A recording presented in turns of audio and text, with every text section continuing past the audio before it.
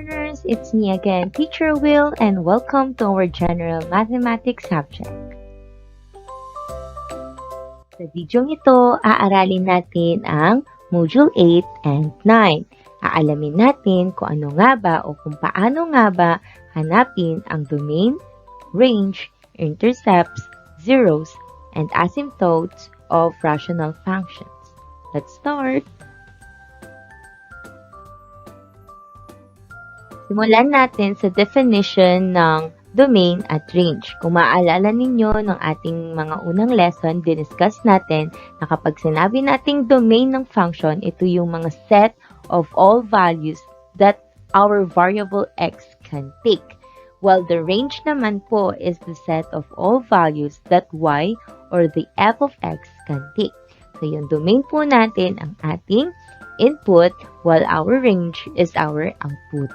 May dalawang way tayo para isulat ang ating domain at range.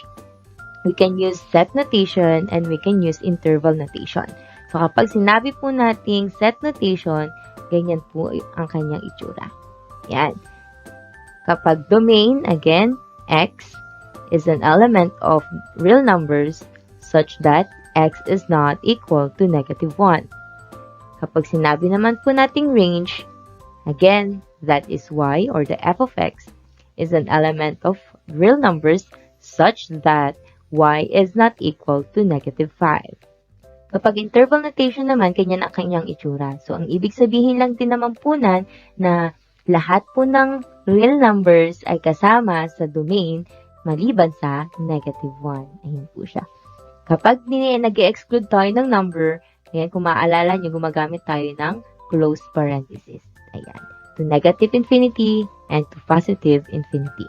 Ganun din po sa range natin, we exclude negative 5 except negative 5.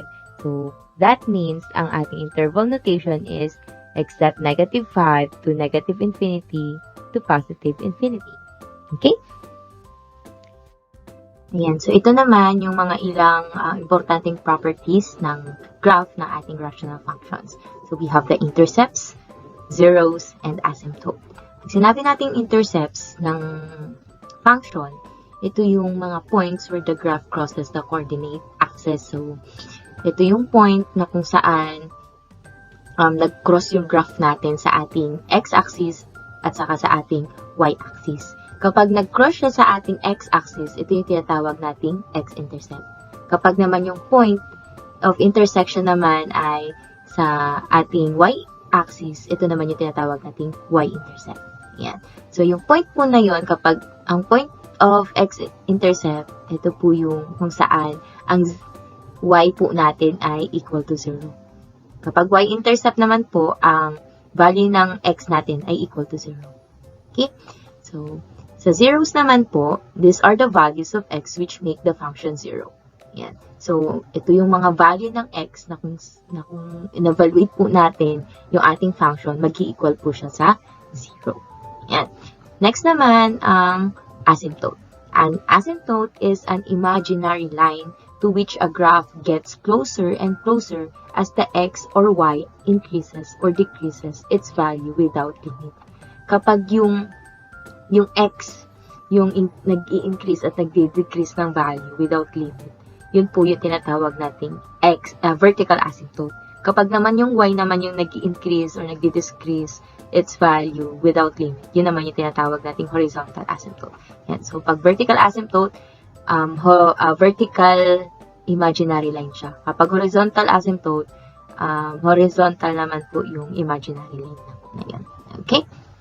And since na-review na natin yung definition ng domain, range, intercept, zeros, at asymptote ng isang function, mag-proceed naman tayo ngayon kung paano nga ba o kung ano nga ba domain, range, intercept, zero, at asymptote ng isang rational function. Let's proceed.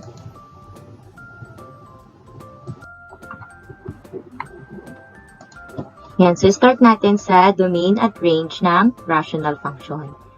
The domain of a rational function is all the values of x that will not make q of x equal to 0. Yan. So, napakadali lang naman. Lahat na daw ng real numbers except doon sa value ng x that will make yung ating q of x or the denominator equal to 0. Yan. Well, yung range naman of a rational function is the set of all values that y or the rational function f of x can take. Yan. So, halimbawa, we have this rational function, x minus 1 over x minus 3. Para makuha po yung domain nitong rational function na to, yan, domain. So, kunin lang po natin kung ano po ba ang value ng x na ito that will make yung ating buong denominator equal to 0. So, ang gagawin lang po natin ay equate po natin siya sa 0. Yan. So, x minus 3 will equal to, x is equal to positive 3. So, ibig sabihin, ang domain po natin ay all real numbers except yung positive 3. So, ganun lang siya kasimple. Ang technique lang dyan, kunin nyo na lang yung value ng x na hindi kasama sa ating domain. So, we can now state na yung ating domain are all real numbers except doon sa 3. Okay? Ganun lang po siya. Kapag naman range, actually maraming iba't ibang ways para makuha po yung o ma-identify natin yung range. Pero yung ituturo ko na lang sa inyo ay i-solve natin yung x na ating function in terms of y. So, paano po yun? Okay, i-substitute lang po natin yung f of x to y. So, that will give us y is equal to x minus 1 over x minus 3. Ayan. At to solve that, ayan, cross multiplication lang, we have y times x minus 3 is equal to x minus 1. Ayan, so isolve lang natin, distribute natin, that will give us xy minus 3y is equal to x minus 1. Ayan, so ipagsama lang natin yung mga terms na may x. So, yun po ay yung x, saka itong xy, then ilagay na lang po natin sa kabila din po ng ating equal sign yung 3y. So, that will give us positive 3y minus 1. Then, ayan, so since kailangan po natin yung x, i-factor out natin yung x dito. So, that will give us x times y minus 1. Ayan, is equal to 3y minus 1. Then, since we are solving x in terms of y, we divide both sides by y minus 1. So, that will give us x is equal to 3y minus 1 over y minus 1. So, ganun lang po siya. So, para ma-compute po natin, para malaman po natin kung ano yung range, ganun lang din po sa technique ng pagkuha ng domain, kunin po natin yung exemption sa ating range. In this case, ang exemption po dito ay yung value ng y that will make this equal to 0, itong buong denominator natin.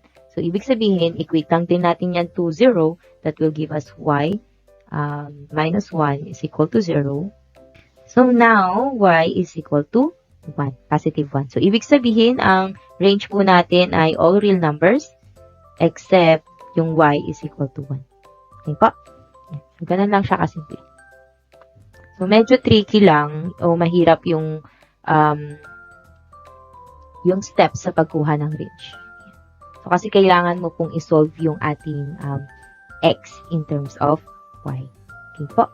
Mamaya magkaroon pa tayo ng maraming example ng pagkuha ng domain at range ng ating rational function. Okay? So, proceed muna tayo kung paano nga ba muna o anong rules sa pagkuha naman ng zeros, intercepts at ating asymptote. Yan. So, proceed na tayo sa basic properties ng graph ng ating rational function. So, unahin po natin sa ating intercepts. Again, meron po tayong tinatawag na x and y intercept. Yan. So, simulan natin sa y-intercept. The y-intercept of the graph of a rational function r of x is, if it exists, occurs at r of 0, provided that r of x is defined at x is equal to 0. Yan. So, dapat nag-i-exist. Yan. So, sabi po natin kanina, ang y-intercept, ito po yung intersection ng ating graph. Ito po yung graph natin. Yan, yung graph na yan sa ating y-axis. Ito po siya, yung ating y-axis. So, ito po yung kanilang point of intersection. At itong point po na ito ay 0y. Yan po siya. Yan. At paano po mahanap itong value ng y na yan? So, para po mahanap po yan, we just simply evaluate the function at x is equal to 0. Ganun. So, substitute lang natin o replace lang po natin lahat ng x ng ating function to 0. At kung ano pa po yung resulting value of y, yun po yung magiging value ng y natin dito sa ating ordered pairs. Okay? Yan. So, kapag sinabi naman natin, sige, burahin lang po natin to ha. Yan. Kapag sinabi naman natin x-intercept, ayan. So, the x-intercept of the graph of rational function r of x, if it exists, occurs at the zeros of the numerator that are not zeros of the denominator. Ayan. So, sabi po natin kanina, ganun din po, kapag ang x-intercept ay ito po yung ating intersection ng graph sa ating x-axis. Ayan po siya. So, ibig sabihin, ang ordered pair po natin dyan is x0. Ayan. So, ang ating y po dyan, y coordinate natin dyan ay equal to 0. At para mahanap itong x na po na ito, kailangan lang po natin i-equate yung function natin to 0. Ayan. Again, ito po yung value ng x natin o ito yung zeros ng ating numerator na hindi zeros ng ating denominator. Ayan. So, kapag 0 of the function, ayan, pag zeros of the function naman, these are the values of x which make the function equal to 0. And these numbered zeros are also the x-intercept of the graph of the function. Ayan. So, kung meron na tayong x-intercept, ayan, meron na tayong value ng x dito. Ayan. So, yun din po yung ating zero ng function. Again, ang zero ng function, ito yung value of x natin that will make the function equal to 0. Ayan. So, same lang naman din yung magiging value ng x-intercept at saka ng zero of the function. Ayan. So, ganun lang siya kadali. So, next naman po natin ay asymptote. Again, meron tayong dalawang asymptote, the vertical asymptote and the horizontal asymptote. The vertical line x equal to 0 is a vertical asymptote of the function f if the graph increases or decreases without bound as the x values approaches a from the right or left. Ayan. So, ito yung vertical asymptote natin. So, habang pataas ng pataas yung value ng x natin, ayan, palapit siya ng palapit dito sa ating vertical asymptote. Palapit siya ng palapit dito. Yan. Ganun din dito, habang pababa ng pababa o nagdi-decrease yung ating values ng x, palapit din siya ng palapit dito sa ating vertical asymptote. Kapag sinabi nating asymptote, hindi siya didikit kahit ano mangyari. Palapit lang siya ng palapit, but it will never cross itong ating vertical asymptote. Okay? We have rule or technique para malaman natin kung ano po ba yung vertical asymptote ng ating rational function. Ayan, so ito po siya. To determine the vertical asymptote of a rational function, first, reduce the given function to simplest form, then find the zeros of the denominator that are not zeros of the numerator. Ayan, make sure na yung makukuha nating zero sa ating denominator ay hindi zero ng ating numerator. So, yun na yung ating magiging vertical asymptote. And, so, yung sinabi ditong una ha, mag-reduce muna to simplest form. Yan. Mamaya magkaroon tayo ng example para matry po natin kung paano makalaman kung ano yung vertical asymptote ng ating rational function. Yan. Proceed tayo kung ano naman ang ating horizontal.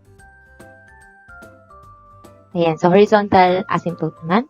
The horizontal line y is equal to b is a horizontal asymptote of the function f if the f of x gets closer to b as y increases or decreases without bound.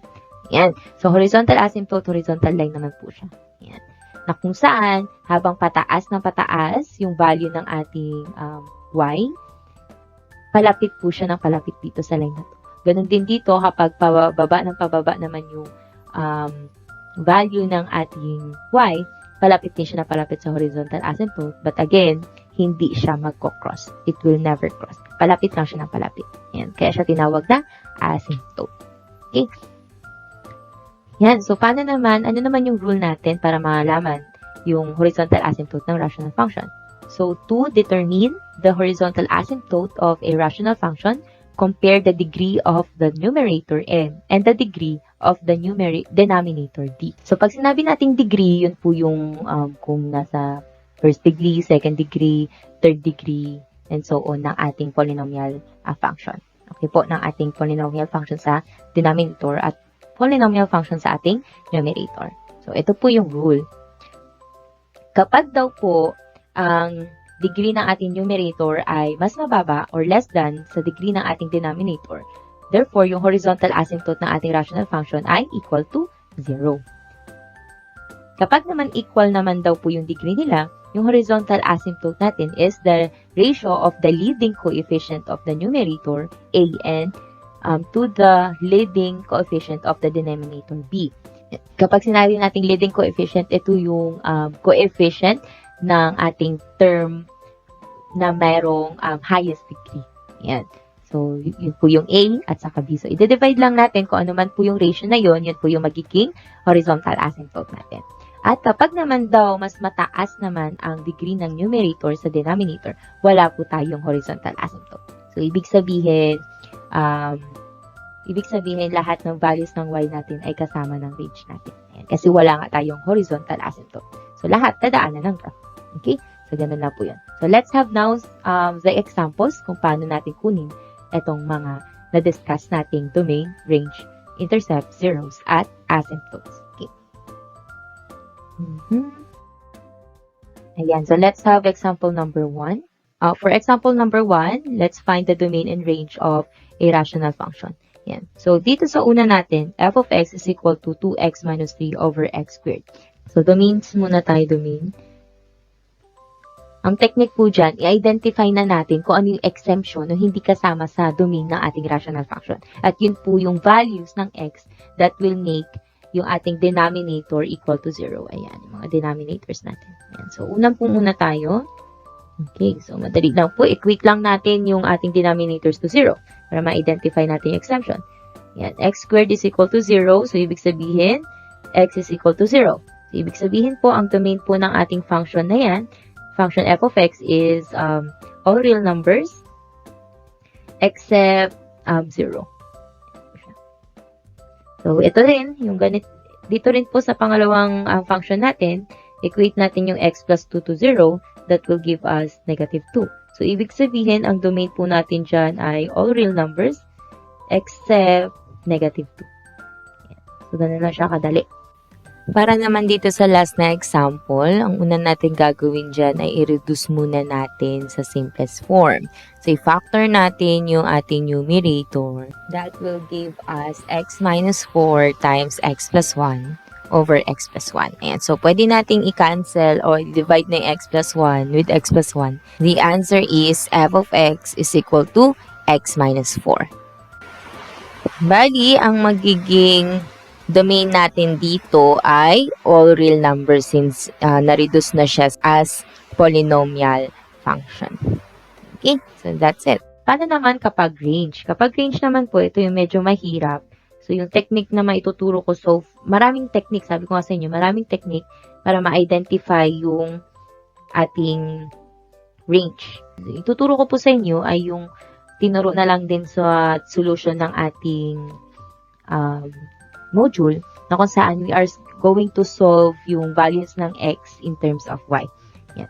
So, try natin itong una. Itong muna tayo. Yan. Solve natin in terms of y. So, ibig sabihin, kailangan natin substitute yung f of x to y. So, that will give us y is equal to 2x minus 3 over x squared. Yan. Then, cross multiplication natin, we have yx squared is equal to 2x minus 3. Yan. Then, yx squared minus 2x, addition property, minus equals to negative 3. And actually, we cannot factor out yung lahat ng x natin.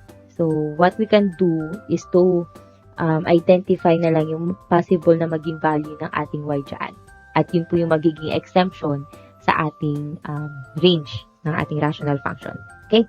So, paano po yun? Kung makikita niyo po, rewriting this function to a standard form that will give us yx squared minus 2x plus 3 is equal to 0. Ayan. So, kung we can represent yung y natin to actually as the leading coefficient a. Ayan. We have the coefficient b, and we have the c, the constant. Ayan. So, kung maalala ninyo, para malaman natin yung value na to, we can use yung quadratic formula natin, which is b squared minus 4ac greater than or equal to 0. Ayan. So, substitute lang natin, ang b natin is negative 2. Nandito na natin nalagay. Negative 2 squared minus 4. Ang y natin is, ang a natin is y. Then, ang c po natin is 3, positive 3. Greater than or equal to 0. Ayan po siya. Then, simplify, we have positive 4 minus 3 times negative 4y, we have negative 12y greater than or equal to 0. Yan. Then, syempre, we solve for y. That will give us 4 greater than or equal to positive 12y. Or, multiplication property, divide both sides by positive 12, that will give us 4 over 12 greater than or equal to y. Y pala, y. Or that is 1/3. Ayan, 1/3. So, ibig sabihin, ang ating range dito sa ating function na to, ayan, ang range po natin dyan ay all real numbers except dito po. Yan, so na yan. Okay? So, kung isusulat po natin yan, y is all set of real numbers such that yung y po natin is, ayan po, less than or equal to 1/3. Kung babalik rin lang po natin. Yan siya. Okay, so ganun po yung pagkuha ng ating range dito sa una nating function. Ito naman po, yung next na function natin. So, ganun lang din, equate lang po natin, isolve lang po natin yung x in terms of y. We have now y is equal to x minus 2 over x plus 2. Ayan. So, cross multiplication, we have y x plus 2 is equal to x minus 2. Ayan.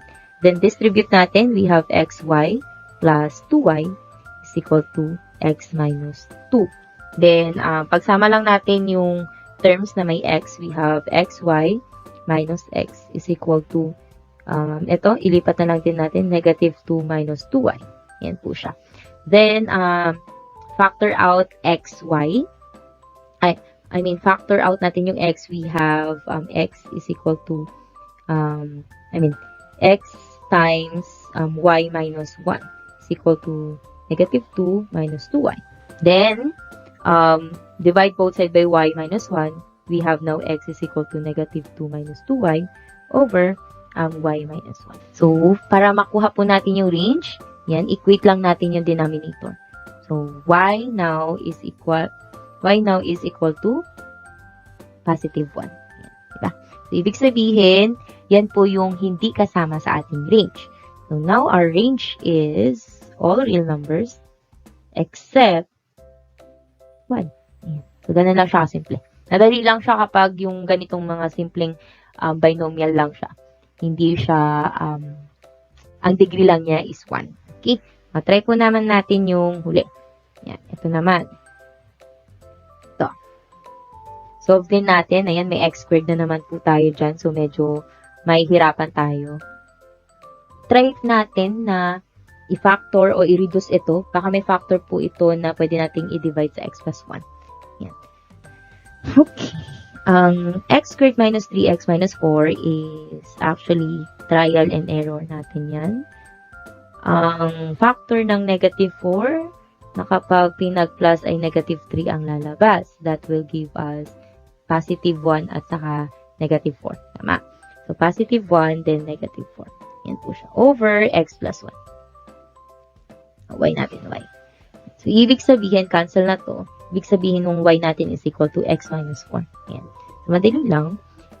Since polynomial function siya, y is equal to x minus 4, ibig sabihin, ang range po natin dyan ay all real numbers na. Medyo mahirap lang talaga yung pagkuha ng range. Pero mamaya, may ituturo ako sa inyong technique pag na-discuss na natin yung horizontal asymptote. Para mas madali po nating ma-identify yung range. Hindi na natin kailangan mag-solve ng ganito. Pero without knowing yung asymptote nga, ganito siya kunin. Para sa akin mahirap yung ganitong technique. Anyway, let's move on sa ating example number 2. Yan. For example number 2 naman po, ang hahanapin naman natin yung x-intercept ay y-intercept ng ating mga rational function. So, hanapin natin, we have the x-intercept. Ay, ano ba? Ito sulat ko. Yan. Then, y-intercept. Yan. Para makuha yung x-intercept, syempre, equate lang natin yung function natin to 0. Yan. So, ganun lang yun kadali. So, ibig sabihin dito po sa una, kung equate po natin to 0 yung function natin, that will give us 0 is equal to 3 minus x over x plus 1. Yan. Then, cross multiplication, we have 0 times x plus 1 is still 0. Then, 0 is equal to 3 minus x. Yan. So, madali lang yan. Addition property of equality, we have now x is equal to 3. Yan. So, ibig sabihin, ang x-intercept po natin ay 3, 0. Yan. Yan po yung point of intersection natin. Or x is equal to 3. Sige, go na po yan. Then, para makuha naman natin yung y-intercept, let's evaluate naman po yung ating function at x is equal to 0. Yan. So, ibig sabihin, that will give us f of 0 is equal to 3 minus 0 over 0 plus 1. Yan. So, substitute lang natin or replace lang natin lahat ng x natin to 0. So, that will give us 3 minus 0 is 3. 0 plus 1 is 1. So, that is equal to 3. So, y is equal to 3 na po yan. So, ibig sabihin, ang point of intersection natin dyan, or the y-intercept is 0, then 3. Yan. So, ganun lang po siya. Ganun lang siya kasimple. Try naman natin yung pangalawang function. Yan. Ito naman, yung pangalawang function natin. Nabura ko. Yan. Yan. So, kapag x, again, equate lang natin yung function to 0. So, we have 0 is equal to 3x over x plus 3. Yan. Then, cross multiplication, of course, magiging 0 na po to. Then, 0 is equal to 3x. Then, multiplication property of equality, we have now x is equal to 0. Kasi divide both sides by 3 po yan. Then, we have x is equal to 0. Ibig sabihin, ang point of intersection natin dyan or x-intercept is 0, 0. So, 0, 0. Then, kapag y-intercept naman po, let's evaluate the function at x is equal to 0. So, we have f of 0 po yan. Replace lang po natin lahat ng 0 to x, lahat ng x to 0. We have 3 times 0 over 0 plus 3. Yan. So, we have 3 times 0 is 0. 0 plus 3 is 3. Yan. And 0 divided by 3 is 0. 0 lang din. So, ibig sabihin, same sa x-intercept, 0, 0 din po yung ating point of intersection. Okay, ganun lang siya. Next naman, yan. Ito. Yan, ganun lang din po. Yan. Ganun lang din, equate lang natin yung ating function to 0. Pero, ang tatandaan nyo po dito, check nyo muna kung marireduce pa natin siya sa 0. Marireduce pa natin yung ating function. In this case, kasi feeling ko marireduce pa siya. Paano po yun? I-factor po natin yung denominator at numerator. So, syempre, this is a special product. We all know na yung x squared minus 4 is x plus 2, then x minus 2. Ayan. So, sa denominator naman, trial and error. Syempre, ang factor ng 2 that will give us negative 3 is negative 1 and positive 2.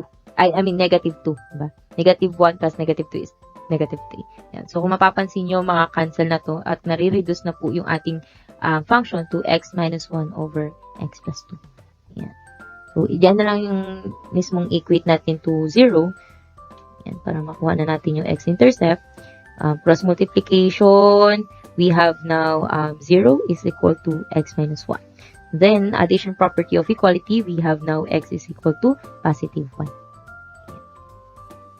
So, ibig sabihin, ang point of intersection natin or the x-intercept is 1, 0. Yan siya. So, yan po yung point of intersection natin sa ating x-axis. Then, y naman, ang ganun din, ito na mismo yung gamitin natin, i-evaluate natin siya at x is equal to 0. So, we have now y is equal to 0 minus 1 over 0 plus 2. So, So that will give us negative 1 over positive 2. And negative 1 divided by positive 2 is negative 1 half. Lang din po, negative 1 half or negative 0.5. So, ibig sabihin, ang ating y-intercept o yung point of intersection sa ating y-axis is 0, negative 1 half. Ganun lang siya kasimple. Okay po. Next naman tayo. Next example. Example number 3 naman, hanapin natin yung zeros ng ating rational functions. Ayan, so pag sinabi natin zeros, ito yung value ng x na kung saan it will make our function equal to 0. So, ganun lang din sa kung paano natin kinukuha yung x-intercept natin. Equate lang natin yung ating function to 0. So, unahin na po natin dito sa ating g of x. Equate lang natin, that will give us 0 is equal to x minus 2 over x plus 6. Then, cross multiplication, that will give us 0 is equal to x minus 2. Then, x now is equal to positive 2. Ayan, addition property of equality. Dapat, sanay na kayo dyan. So, x is equal to 2. Yun na po yung ating 0. Ito. Okay? Okay, try naman natin yung pangalawa. Ito naman po, h of x. And so, dito, kailangan muna natin po siyang i-simplify kasi yung simplest form, yun po yung gagamitin natin to solve for the 0. So, in this case, actually, pwede rin pong ma-factor yung ating denominator. So, that will give us h of x equal to x minus 3 over, ayan, special product, we have x plus 3, x minus 3. Ayan, cancel po siya, or that is equal to 1. So, ibig sabihin, h of x now natin, yung simplest form is 1 over x plus 3. Ayan. So, yan na po yung ating equate sa 0. That will give us cross multiplication, 0. 0 is equal to 1. Ayan. Actually, this is equal to 1. This is a false statement. So, ibig sabihin po, wala tayong zeros dito sa ating h of x. Wala pong zeros dito. No zeros. Ayan. So, meaning, wala po tayong point sa graph that will touch yung ating x-axis. So, ganun lang yan. Next naman po natin ay ito. So, ganun din. I-try po muna natin i-factor at kung ano yung simplest form, yun po yung equate natin sa 0. So, g of x is equal to, ayan, yung denominator is a special product. So, we all know na yung factor nun is x plus 2 and x minus 2. Ayan. Then, yung ating x squared plus x minus 2 naman ay, isip tayo ng factor ng 2 na pinag-add is equal to 1. So, that is x plus 2, then x minus 1. Yan po siya. Yan. So, ibig sabihin, x plus 2 divided by x plus 2 is 1. Kaya, ang simplest form na po natin dyan ay x minus 1 over x plus, minus 2. Okay. Yan. X minus 2. Yan. So, equate na natin sa 0. We have now, yan, cross multiplication, that will give us 0 is equal to x minus 1. Yan. Then, addition property of equality, that is positive 1. Ito na po yung ating 0. So, ganun lang siya kasimple. Next naman na example. Example number 4. Let's determine naman daw po yung vertical asymptote ng mga rational function. Yan. So, paano kunin yung vertical asymptote? Tandaan lang po, to determine the vertical asymptote ng ating rational function, una, ganun na naman po, reduce natin to simplest form, then, hanapin natin yung zeros ng ating denominator na hindi zeros ng ating numerator. So, equate lang natin yung ating denominator sa 0. Ayan. So, yung una, ito po, kung mapapansin nyo, ang zero ng numerator dito kasi, ang zero natin ng numerator is, x minus 1 is equal to 0. Ang 0 ng numerator is x is equal to positive 1. Ang denominator naman po ay x plus 5 is equal to 0. Then x is equal to negative 5. At again, ang vertical asymptote natin ay yung 0 ng ating denominator na hindi 0 ng ating numerator, which is negative 5. So, yan na po yung ating vertical asymptote. So, ganun lang siya kadali. Try naman natin yung pangalawa. So, dito, ayan. Ito po siya. So, ang mga zeros natin dito, sa numerator, ang 0 natin is negative 2. Tama? Negative 2. Ayan. Tingnan naman natin kung ano yung 0 ng denominator. Ang 0 ng denominator natin ay dalawa. That is negative 1 at saka yung positive 4. Ayan. So, dalawa. So, kung mapapansin ninyo, negative 1 at saka 4 is not 0 of our numerator. Ito yung numerator natin. So, ibig sabihin, ito na po yung ating vertical asymptote. So, dalawa po siya. Dalawa po yung ating vertical line na hindi pwedeng daanan ng ating graph. Okay? So, ganun lang po siya. Next naman, ito naman. Ayan. I-reduce natin. Try po natin siyang i-reduce.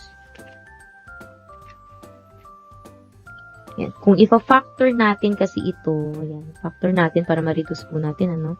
Ipa-factor natin to, that will give us 2x. Ayan. 2x plus 1 at x minus 1. Ayan siya. And then, yung sa denominator naman, kung ipa-factor natin yan, that will give us negative 3. X minus 3. X minus 3 at saka x minus napay ngay.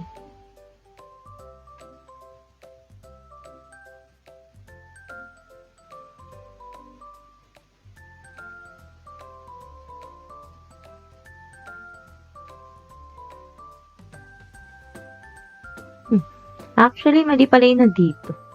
Mali yung nasa libro. Palitan natin to. Ang nasa libro po kasi, wala kasing factor to eh. Hindi, ang nasa libro po natin, ang dapat po is 2x squared minus x minus 1 dapat siya. Over x squared minus 5x plus 6. Yan po talaga yung nasa libro. Yan. Kung ifa-factor natin siya, ayan po siya.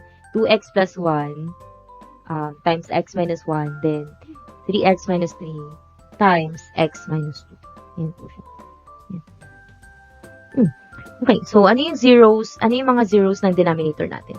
So, yung zeros ng mga denominator natin is, so, since negative yan, so positive 3 at saka positive 2. Actually, hindi naman siya 0 ng numerator natin kasi ang 0 ng numerator natin ay positive 1 at saka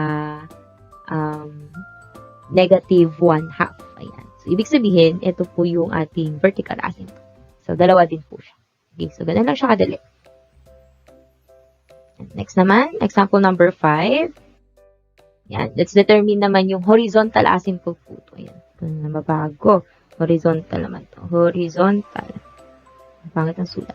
Horizontal asymptote naman. So, para ma-identify po natin yung horizontal asymptote, i-follow lang natin yung rule natin na kapag daw po yung degree ng numerator ay less than sa degree ng denominator, ang asymptote natin is equal to 0. Kapag naman equal, yung vertical asymptote, yung ating horizontal asymptote ay is equal to the ratio of our leading coefficients. Kapag naman greater than, wala tayong horizontal asymptote. Okay? So, ganun lang yung ating rule. Yan. Ano po yung degree ng ating numerator? So, dito muna tayo sa f of x. Ang degree ng numerator natin is 1. Ang degree naman ng ating denominator is 2. Yan. Since less than siya, ibig sabihin, ang horizontal asymptote natin dito is equal to 0. Yan. So, ganun lang siya kadali. Okay. Dito naman sa ating f of x, ang degree ng numerator natin is 2. Ayan po siya, oh. Di ba? Highest degree. Ito, highest degree din po is, ang din natin is 2 din. Ayan. So, equal po siya. So, ibig sabihin, kung equal po yan, kukunin natin yung ratio ng ating leading coefficients. So, ang leading coefficients po natin ay yung kasama ng highest degree natin. Ito po yun. So, 8. Ayan po yung kasamang number. Dito naman, sa x squared, syempre, ang coefficient namin is 1. So, that will give us 8 over 1. Ibig sabihin, ang ating horizontal asymptote dito ay equal to 8. Ganun lang. Ay, umuulan. Okay, next naman po ito. So, yung ating degree ng ating numerator ay 3. Yan. Ang degree naman ng denominator is 2. Yan. Since greater than yung numerator sa denominator, so ibig sabihin, wala po tayong horizontal asymptote. Ganun lang. So, napakasimple lang naman po. Ngayon, ang gagawin po ninyo is gawin naman po yung ating mga expected output sa inyong Module 8 at Module 9. Sa Module 8, ito lang po yung gagawin nyo, yung independent practice. Kunin nyo lang yung domain at range ng 1 to 5 natin. At sa Module 9 naman, yung independent assessment 1, which is yung pag-identify ng x-intercept, y-intercept at zeros ng number 1, number 2, at number 3 lang po natin. Huwag nyo nang sagutan yung iba. Then, yung independent assessment 2 naman, yung pag-identify naman ng vertical asymptote at horizontal asymptote ng 1, 2, 3 naman natin na rational function. Yan, yung sabi ko nga kanina, nakalimutan ko tuloy, exit ko na yung another way to identify or to determine yung ating range is to identify yung horizontal asymptote. Kasi kung ano man yung horizontal asymptote na lalabas, let's say, ang lumabas na horizontal asymptote ay equal to 0, ibig sabihin po, yan po yung hindi kasama sa ating range. We can say na kasi hindi nga siya dadaanan ng ating graph, no? So, ibig sabihin hindi siya kasama sa range. Ibig sabihin, ang magiging y po natin, ang range natin ay all real numbers, ayan, except y is equal to 0. Ayan. So, ganun lang po yun. Halimbawa na naman, ang horizontal asymptote natin ay equal to 1. Ayan. So, ibig sabihin, ganun din po, ang ating range ng ating rational function ay all real numbers except yung negative 1. Ayan. Kung wala tayong horizontal asymptote, halimbawa, wala tayong horizontal asymptote. So, ibig sabihin, ang range po natin ay all real numbers. Ayan. All element of real numbers. Ayan. Okay na yun. Or all real numbers. Pwede na rin yan. Depende sa inyo. Okay. So, ganun lang po siya. Ayan. So, kapag no horizontal asymptote, kasi ibig sabihin, wala pong hindi dadaanan ng graph. So, lahat ng y natin ay madadaanan ng graph. So, ibig sabihin nga, lahat kasama sa ating range. Yan. So, yan yung another technique. Pero, sa ating independent practice o dun sa ating sasagutan, kailangan yung gawin po yung pagsosolve ng x in terms of y. Then, kunin nyo po yung exemption sa y natin. Ganun lang. Yan, purin na natin. Okay. Yan natin. Ayan. So, wala naman na po. So, that will be all for our video lesson of Module 8 and Module 9. Yan. So, let's end the presentation. Hope to see you in our next lesson. Bye!